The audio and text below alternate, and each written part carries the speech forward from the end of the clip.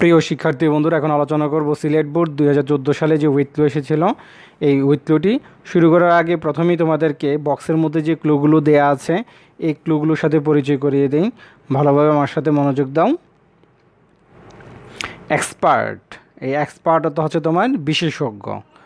Fertiliser, fertiliser অর্থ হচ্ছে তোমার সার। অলদো একটি এখানে কানেক্টন, অলদো অর্থ হচ্ছে তোমার যদিও।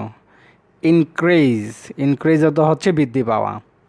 এনভায়রনমেন্ট অর্থ হচ্ছে তোমার পরিবেশ। অ্যালার্ম অর্থ হচ্ছে সতর্ক। সিভিয়ারলি অর্থ হচ্ছে তীব্রভাবে অথবা ব্যাপকভাবে।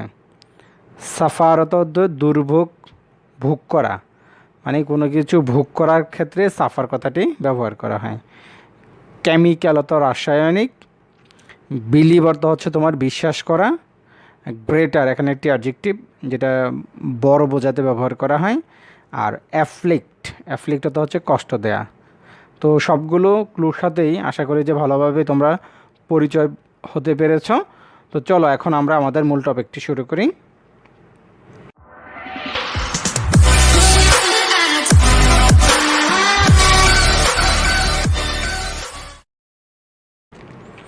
Many diseases are rising at an dash rate. Disease হচ্ছে তোমার রোগ, রাইজিং অর্থ হচ্ছে বৃদ্ধি পাওয়া। তাহলে অনেক রোগ আশঙ্কাজনক হারে বৃদ্ধি পাচ্ছে। তাহলে আশঙ্কাজনক আমি এখানে তোমাদেরকে উপরে বলে এসেছিলাম, অ্যালার্ম অর্থ হচ্ছে আশঙ্কাজনক। তবে এখানে এই অ্যালার্ম থেকে এখানে অ্যালার্মিং হয়ে গিয়েছে। এখানে একটি নাউন ফর্ম আমরা বানিয়েছি। নাউন ফর্ম বানানোর কারণটা হচ্ছে এখানে একটি ডিটারমিনার দেয়া আছে, দেখো এন, এই আর্টিকেলটি দেয়া আছে। আর্টিকেল হচ্ছে একটি ডিটারমিনার, আর ডিটারমিনারের পরে আমরা এখানে নাউন ফর্ম বসাতে হবে। এই কারণে অ্যালার্ম থেকে অ্যালার্মিং কথাটি আমরা লিখেছি। তাহলে সবটা সেন্টেন্স অর্থে আমি আরেকবার বলি, দেখো অনেক রোগ কী হারে বৃদ্ধি পাচ্ছে, রেট অর্থ হচ্ছে হার, আশঙ্কাজনক হারে বৃদ্ধি পাচ্ছে। আশা করি যে বুঝতে পেরেছ।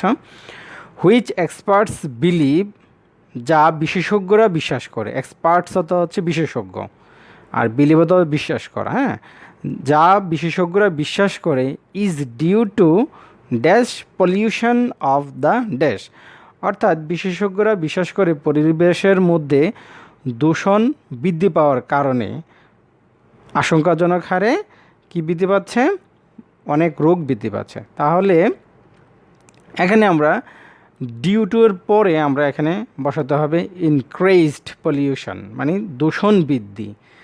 দূষণ বৃদ্ধি কেন এখানে আমরা এই ইনক্রিজ থেকে সরাসরি আমরা ইনক্রিজড কথাটি কেন লিখলাম, ঠিক আছে? এই যে এখানে ইনক্রিজ কথাটি দেওয়া আছে দেখো বক্সের মধ্যে, কিন্তু আমরা এখানে তো লিখলাম ইনক্রিজড, ঠিক আছে?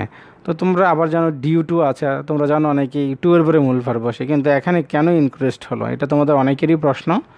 তো আসলে দেখো এই যে পলিউশন এখানে একটি নাউন, এই নাউনের পূর্বে সবসময় অ্যাডজেক্টিভ বসে, আর ভার্বের পাস্ট পার্টিসিপল ফর্ম সবসময় অ্যাডজেক্টিভের মতো কাজ করে।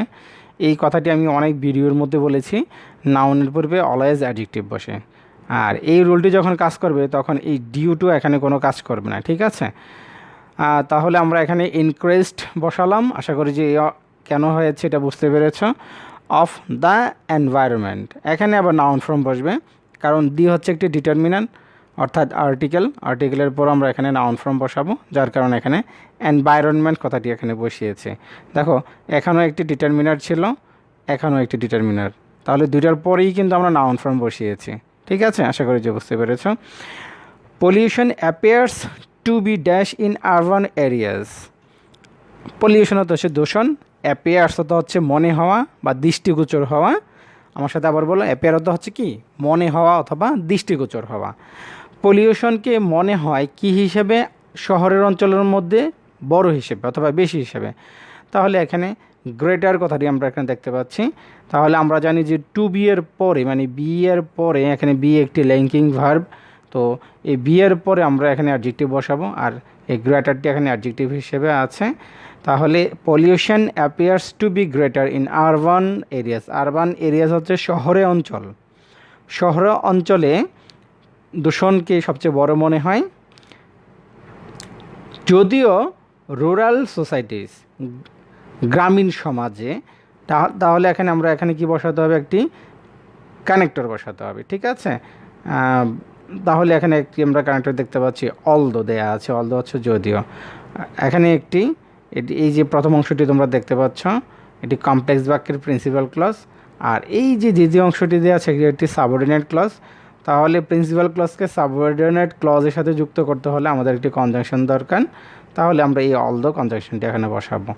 তাহলে শহরের অঞ্চলের মধ্যে পলিউশনকে বড় মনে হয় যদিও, তাহলে এই দো অথবা অলদোর অর্থ হচ্ছে যদিও, হ্যাঁ, যদিও রুরাল সোসাইটিস, গ্রামীণ সমাজের মধ্যে বা গ্রামীণ সমাজ টু আর ড্যাশ কি হচ্ছে, গ্রামীণ সমাজগুলোও ক্ষতিগ্রস্ত হচ্ছে, মানে এফেক্টেড হচ্ছে। তাহলে এফেক্টেড কেন কথাটিকে আমরা লিখলাম, এই জিনিসটা তো আসলে বুঝতে হবে, কারণ বক্সের মধ্যে তো আমাদের এফেক্টেড দেয়া নেই, তাই তো। কিন্তু এখানে এফেক্টেড কথাটি আমরা কেন লিখব, এফেক্টেড কথাটি লেখার কারণ হচ্ছে কি, এখানে আর হচ্ছে একটি লিঙ্কিং ভার্ব, আর লিঙ্কিং ভার্বের পরে সবসময় ভার্বের পাস্ট পার্টিসিপল ফর্ম বসে, অথবা এখানে তোমরা বাই দেখতে পাচ্ছ, এটি একটি প্যাসিভ বাক্য, বাইয়ের পূর্বে ভার্বের পাস্ট পার্টিসিপল ফর্ম বসে, ঠিক আছে। আশা করি যে বুঝতে পেরেছ বিষয়টি। Increased use of dash fertiliser, এখানে কিসের বৃদ্ধি পাওয়ার কারণে, এখানে কেমিক্যাল ফার্টিলাইজার বৃদ্ধি পাওয়ার কারণে। দেখুন একটি অফ আছে, এখানে একটি ফার্টিলাইজার নাউন আছে, অফ এবং নাউনের মাঝখানে একটি অ্যাডজেক্টিভ বসবে, আর এই কেমিক্যালটি এখানে অ্যাডজেক্টিভ হিসেবে ব্যবহার করা হয়েছে। অ্যান্ড ইনসেকটিসাইডস, ইনসেকটিসাইডস অর্থ হচ্ছে কীটনাশক, আর ফার্টিলাইজার অর্থ হচ্ছে তোমার কি, সার। আমরা এখানে কেমিক্যাল ব্যবহার করেছি, যার অর্থ হচ্ছে রাসায়নিক সার, ঠিক আছে। নেভারদিলেস, নেভারদিলেস অর্থ হচ্ছে তবুও, নেভারদিলেস অর্থ কি, তবুও। টুডে সিটি পিপল, বর্তমানে যে শহরের মানুষ, appear to suffer from many more, এখানে কী বলতে দিতে হবে দেখো, মেনি মোর অ্যাফ্লিকশন, বর্তমানে শহরের মানুষ অনেক বেশি কি কষ্ট ভোগ করে থাকে। আমি বলেছিলাম অ্যাফ্লিক্ট তো হচ্ছে কষ্ট, কিন্তু এখানে চলে আসছে অ্যাফ্লিকশান, ঠিক আছে, এখানে একটা নাউন ফর্ম দিতে হবে। তাহলে তারা কি করে, অনেক বেশি কষ্ট ভোগ করে থাকে, অ্যান্ড ভোগ করে থাকে, and suffer more severely than country people, এবং গ্রামের মানুষ থেকে তারা অনেক বেশি কষ্ট ভোগ করে থাকে। তাহলে আমরা দেখতে পাচ্ছি এই জায়গাটা, আমি আবারও বলি দেখো, today city people appear to suffer, তারা কি করে থাকে, ভোগ করে থাকে, ফ্রম মেনি মোর অ্যাফ্লিকশান, অনেক বেশি কষ্ট ভোগ করে থাকে, অ্যান্ড সাফার, এবং আরও ভোগ করে থাকে, মোর সিভিয়ারলি, অনেক তীব্রভাবে বা ব্যাপকভাবে বা বেশিভাবে, দ্যান কান্ট্রি পিপল, মানে গ্রামের মানুষের থেকেও তারা বেশি দুঃখ বা কষ্ট ভোগ করে থাকে। আশা করি যে সিলেট বোর্ড 2014 সালে যে উইথ টুটি এসেছিলো এটি অবশ্যই ভালোভাবে বুঝতে পেরেছ। এরপরও যদি কোনো গ্রামাটিক্যাল পয়েন্ট অথবা কোনো অর্থ না বোঝো, অবশ্যই আমাকে কমেন্ট সেকশানে জানিয়ে দেবা। আর শেষ করার আগে তোমাদের কাছে একটি অনুরোধ রইল, তোমরা কোন টপিকের ওপরে পরবর্তী ভিডিও চাও এটি অবশ্যই আমাকে জানাবা, কারণ তোমাদের ইচ্ছাকে প্রাধান্য দিয়ে আমি সবসময় ভিডিও বানিয়ে আসছি।